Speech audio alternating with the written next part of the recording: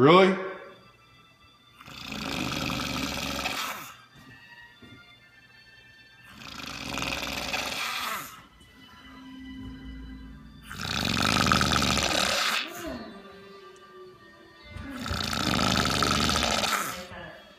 Jesus.